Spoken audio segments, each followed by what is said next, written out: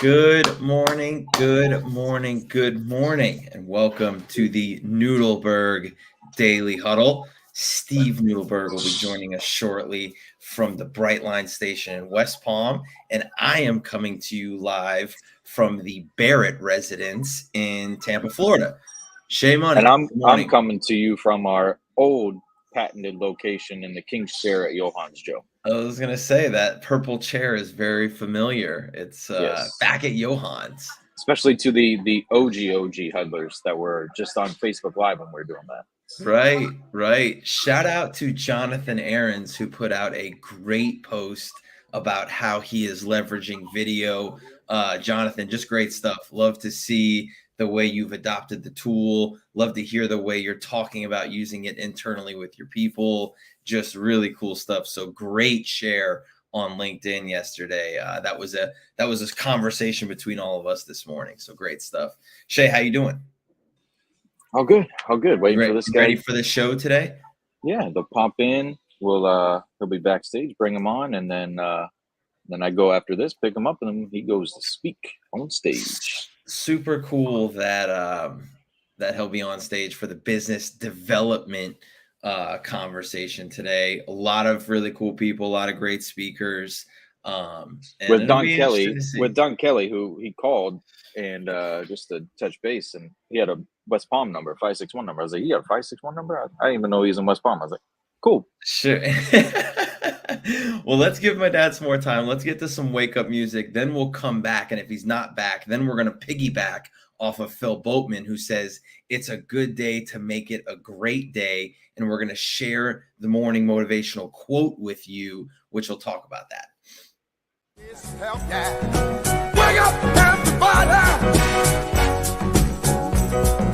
Get up! Get up! Get up!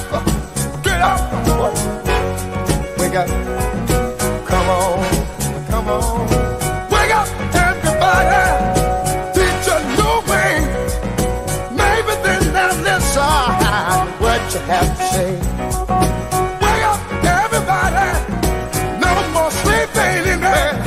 No more about to thinking, top of thinking ahead. Come on now.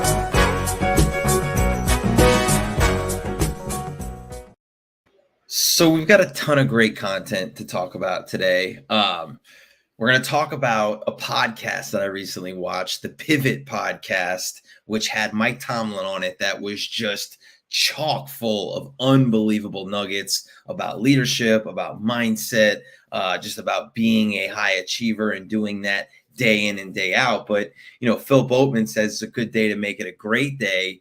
The morning quote for today, Shay, can you pop it up for us? Coming in from Winston Churchill is, "I never worry about action, but only inaction." And so on a week where we've talked a lot, really a couple weeks where we've talked a lot about decision making, we've talked a lot about, making quick decisions and being able to iterate. And there he is, right Surprise. on time. Good morning, sir. How are you? Living the dream. Yourself? I'm living the dream, man. Up early, got a lot done. Took the train to Palm Beach, just landed. I'll spend 20 minutes with you, and then I go across the street to the hotel and get on stage. So you got a ton of action this morning. I was just talking about the Winston Churchill quote, "I don't worry about action, I worry about inaction." And so you've been on it this morning. Yeah, one of the reasons why I actually wanted to talk that through is most of the time when I talk to people who are not getting their goals done or not achieving what they want, it's because they just don't have enough activity. Right. They're not doing anything to make it. Doing anything. Right. It's like, even, we talked about Jonathan Ahrens, who's great, and his comments about video. He's doing it. Right. People say to me, I sent out 2 videos and I didn't get any responses. Right. Like, it's not a sample size. Well, sorry, man. What I think in another part is like, I had a great coaching session with Drew Offerdahl yesterday, and we wanted to move on to the virtual coffee conversation. And I was really like, dude, we can't talk about virtual coffees until you do all of the legwork up front to create awareness, get people's attention, and start creating the intrigue to move people to a virtual coffee. Like, you can't just go spraying the world with virtual coffee requests and expect it to then convert. You got to do the work up front to show up in a different way, create the interest and intrigue to then get to the virtual coffee. So like, you can't be looking at the outcome of, hey, I need to fill my calendar with virtual coffees, unless you're doing all of the things necessary to be able to do that. And those are daily actions, right? That over a period of time, we talk about compounding. There seems to be an issue with LinkedIn. Shay, is there? Yeah, is LinkedIn's having technical difficulties. Not from our end. Seems like a LinkedIn StreamYard issue. So. Seeing that I missed the beginning, did we get a chance to shout out Brian Latore? Have not shout out Brian Latore yet. I was saving that for you since that was your picture. Did we do music yet? We did. Yeah, we did wake up music already. Okay, good. So this will give me an opportunity to shout Mr. Latore out. He joined the huddle at the recommendation of Joe First. And yeah, that is Jake in the background. Jake, just wait. Jake. Hey, Jake. Wait. So Jake is my confidant this morning, my travel ally. So I want to shout him out because he was recommended to come to the huddle. He came. We scheduled the virtual coffee, and the beginning. And for people who want to know what it's like to have a virtual coffee, we started with, where are you from? Oh, you're from New York? What part of New York? Oh, you're from Long Island? Oh, I'm from, the 5 towns. I'm from Baldwin. Boom, boom, boom, boom, boom. My wife is from Baldwin. We were 15 minutes into the conversation, just catching up on things that we had in common. Yep. So it was great. He's a great dude. I got a peek into his career. He got a peek into mine. And then he sends me a note afterwards. And this is so key. The follow-up is so key. He follows up and says he wants to thank me for the time. It was great getting to know, hearing whatever. I had offered to send him a book. He said, I'm buying a book,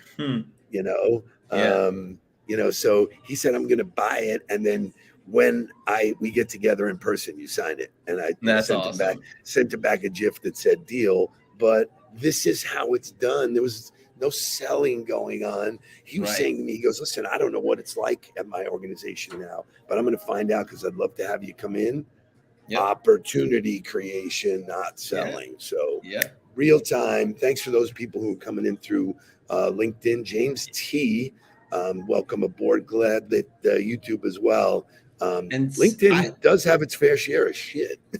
A very similar, experience this week with Benny Wright, who Benny was at the BOMA event, right? Saw us. Then we continued the conversation on to LinkedIn, said, hey, why don't we grab, virtual coffee, share stories with each other. And the virtual coffee was like the most entertaining virtual coffee for me because the guy's background was unbelievable. He was a BMX professional bike rider. He was racing BMX bikes at the age of 14. Wow. So I learned all about this guy's story, then learned about how he got into claims consulting and how it was a family event that got him into that and how he then opened up his own business. Like, there was no selling going on. But then, oh, by the way, there's conversation of opportunity creation after that. So like, but if you're not doing the things necessary up front, putting yourself out there, engaging with content, trying to create some kind of awareness for yourself, you got a much harder time trying to get virtual coffees. Yeah, I mean, the perfect example is that when he joined the huddle, he already knew us. And here he's a family guy who's saying, man, I can't even dream of working with my kids. You're doing it and showing us what it looks like. And your dynamic with your son is so real and authentic. And would you tell him that we rehearse very hard, that it's all bullshit? Lots of run-throughs. I really can't stand you arrogant. Lots of run-throughs to get it done. Good shit. So I don't even know what's next. I know we have some shit that's planned. So we're gonna roll with the Pivot podcast. I think that's where we stick. Right. Did you watch it? So have you seen it? Did you watch it? Have you heard it? So let me give you my quick takeaways. So I Yeah. did watch it. I'm a watching podcast guy, not a just listening. I get lost. Boom. Sure. I like the body language, but this guy is the most humble human being. His delivery of how he did what he did, what the challenges were at each level, how he deals with it, you know, and he started out by saying, my biggest disappointment is I wanted to be a great player. Yeah. I was not a great player.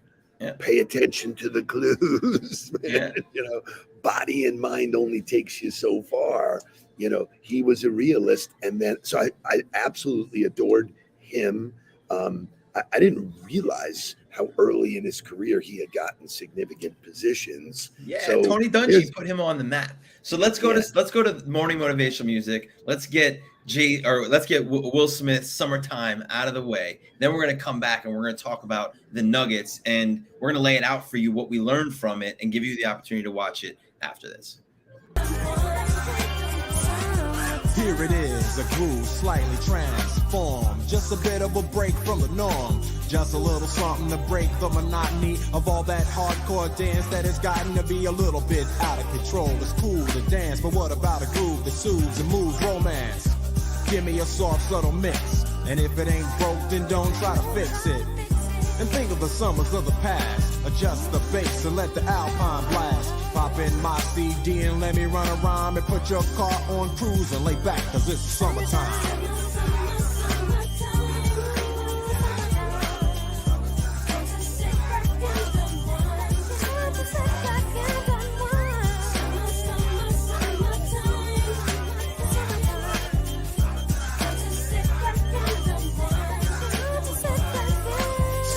Out in this sort of a buzz, but back then I didn't really know what it was. But now I see what happened is the way that people respond to summer madness. The weather is hot and girls are dressing less and checking out the fellas to tell them who's best.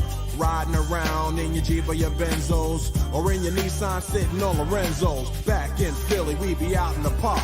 A place called the Plateau is where everybody go. Guys out hunting and girls doing likewise. Honking at the honey in front of you with the light eyes.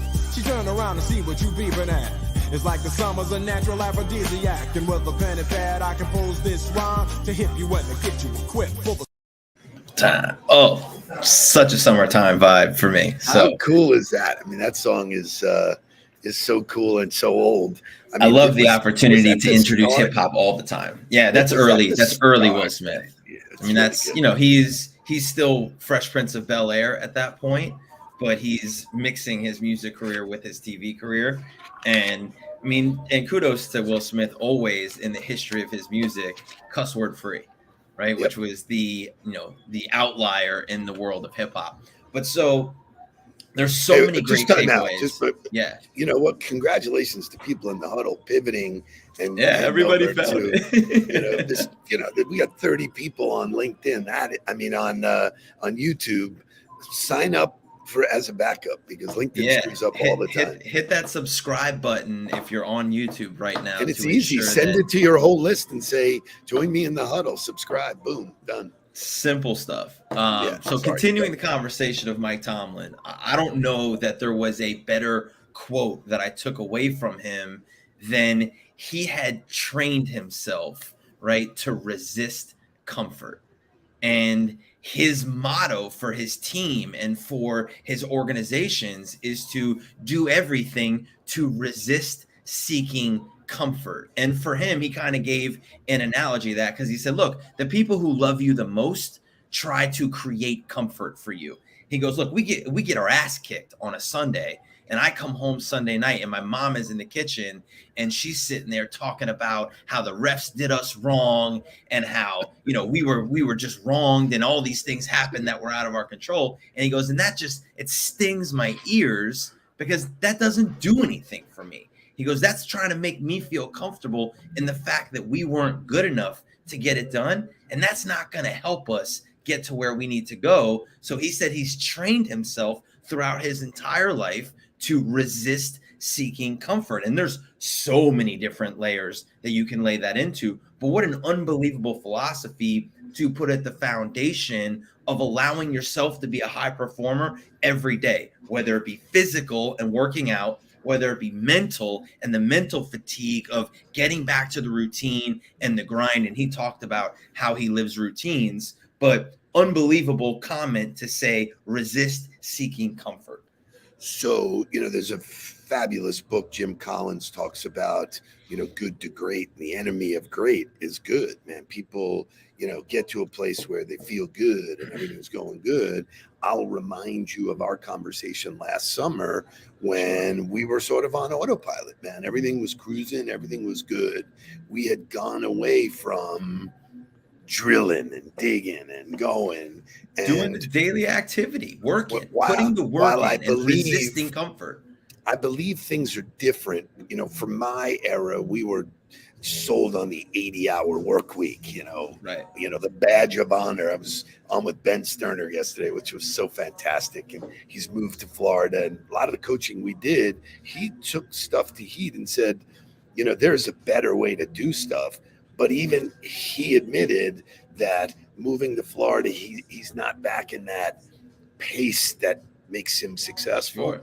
And that is discipline at its greatest. So recognizing that comfort is your enemy, I think is the most fabulous thing ever. I mean, it's incredible. So I don't know that there's, another line that came out of it aside from, resist seeking comfort, which kind of piggybacks into the next part of the conversation, which is you can't do ordinary things and expect unique results. And he talks about in that in a way in which he creates the culture of the team and the way he builds relationships. He talks about being open to intimacy with all of his players, not having that intimate relationship with every one of them and being okay with that, but knowing that as a leader, he has to be open to having that relationship with everybody. And that's the way he creates a unique environment within his organization, is he has that close relationship with everybody who wants it with him. But I think about it in a biz dev term of like, if you want unique results, you can't do what everybody else is doing. You can't just show up and hit the phones like they've been doing for years. You can't just show up and do the ordinary work that's expected of everybody else. You got to do it in a unique way, in a way that's personalized. Or I think the other way to look at that is pick one thing and be unbelievable at it.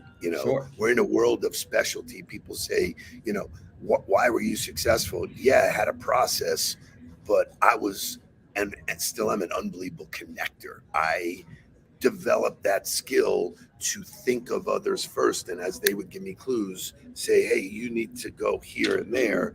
And that is the idea that you're born into that is complete bullshit. Right. It is all a skill set that said, I'm going to get really good at this. And so his point is, whatever you do, if you do it at a very high level, it's unique. And that's what people want. And when people recognize, and so I don't sell people that I'm a great connector. I don't walk up and they go, what do you do? Well, I'm a great connector. They tell me, and I think the exercise, when we did the adjectives yesterday, asking people, yeah, sure. They recognize what we do because we do it at a very high level. Same thing with athletes, man. You just know the great ones because they're there. They're working on it. It's funny because he talked about that a little bit, like in his relationships. He's like, everybody talks about me as being this great, like, people's coach and, being great at connecting with the guys on the team. He goes, that's not a talent. I wasn't born with that. He goes, I work at that. He goes, I listen. I really listen to what my guys have to say. Just because I listen to them doesn't mean that the outcome is going to be something, or the result or the action is going to be something that they're looking for. But I listen. I listen to what they're saying. I listen to why they're saying it. I give them the room to talk to me. And that's a work that I do. That's a talent, or that's a skill that I've developed, not a talent that I was born with. And he goes, he said something about the lines of, I love the guys who have ordinary tools and play at a high level, because those are the guys who just come in and are intensely focused on doing the details differently and doing things that take our organization to a new level, which I thought was incredible. He's around the most talented athletes in the world all day, every day. But the people that he really has appreciation for are the guys who aren't overly talented, but are able to do the work day in and day out to be successful.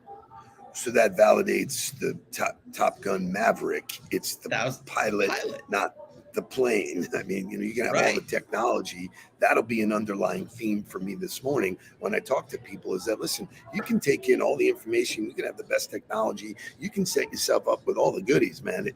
You're sitting in the cockpit. You got to make it happen. He says this, which was really, really cool, about live your sayings. Where was it? I just he called mean what you say, live your sayings. I call it say do. Yeah. And that's all the time. If you just do everything that you say you're going to do, because people are real flippant about, oh yeah, I'll do that. I'll meet you. I'll do it. We'll have dinner.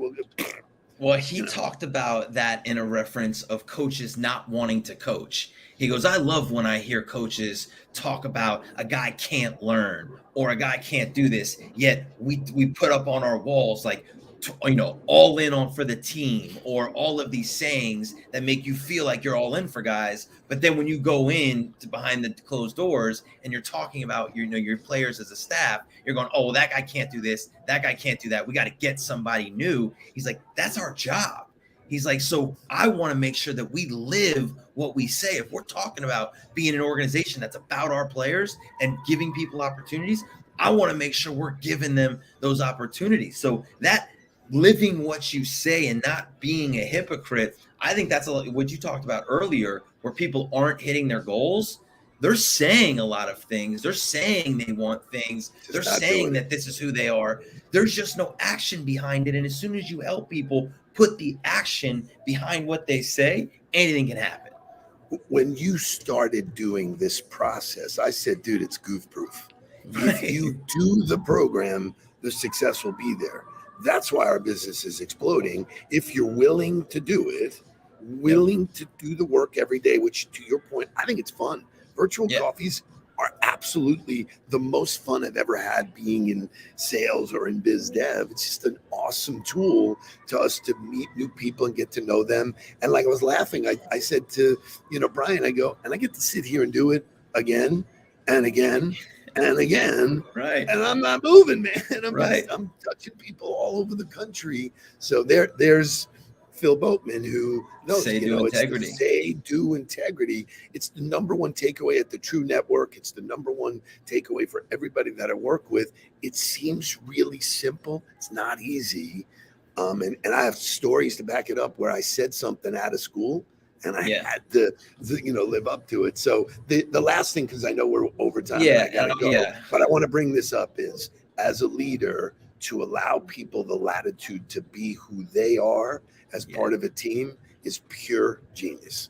Pure genius. Very that line was so difficult, right? And that requires so much trust and so much understanding of your own process and of your own identity as a team. But when he said that, giving people the latitude to be themselves within the structure so I want to drive home this point.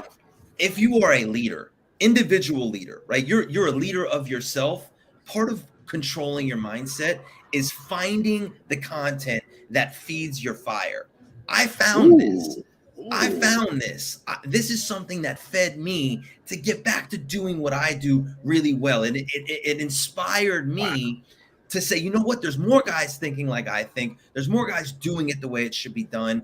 That motivates me to get back to do it. It's your own responsibility to find content, whether it be the Huddle, whether it be other podcasts, whether it be affirmations on YouTube, whatever it is. It's your responsibility to go find that content and feed your fire every day with it. Wow. Pulls up, three-pointer. Bang! Bang! It's good! I'm going on stage with that, man. You, sir, go have a great day. You guys get after it in the Huddle. The grind includes Saturday and Sunday. We will see you on Monday. Let's get down to business. Please don't worry about me. I'm about to let my heart spin. friends keep telling me to leave this. So let's get down to business. Let's get down